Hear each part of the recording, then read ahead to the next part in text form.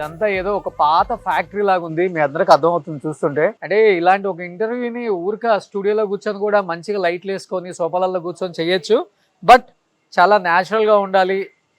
Present తను ఏం చేస్తున్నారు అది కూడా తెలియాలనేది తనకు కూడా ఇంట్రెస్ట్ ఉందన్నమాట.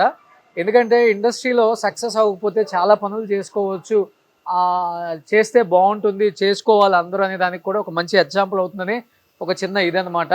సో లోపలికి వస్తే మీకు అర్థమవుతుంది. కంప్లీట్గా ఏం కనిపించట్లేదు, అంతా యాక్చువల్గా అయితే ఏదన్నా మంచి సాఫ్ట్వేర్ కంపెనీ పెట్టావు లేకపోతే పెద్ద పొజిషన్లో ఉంటారు కొంతమంది, బట్ తనకి ఎందుకో ఇది ఇంట్రెస్ట్ అనమాట.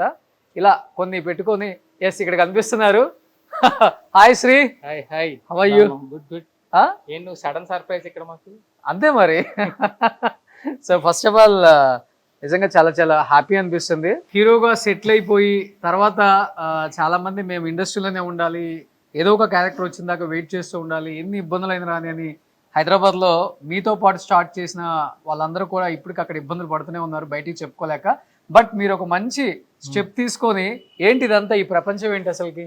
ఇదంతా యాక్చువల్గా మా డాడీ స్టార్ట్ చేసింది. ఇది సమ్ 60+ ఇయర్స్ ఓల్డ్ ఇండస్ట్రీ. అంటే మా తాతగారు ఉన్నప్పుడు చేసిన, మా ఫాదర్ దీన్ని అంతా స్టెబిలైజ్ చేసి ఇప్పుడు నువ్వు ఉంటున్న ఈ ప్లేస్ కన్స్ట్రక్ట్ చేసి 45 ఇయర్స్ అయిపోయింది.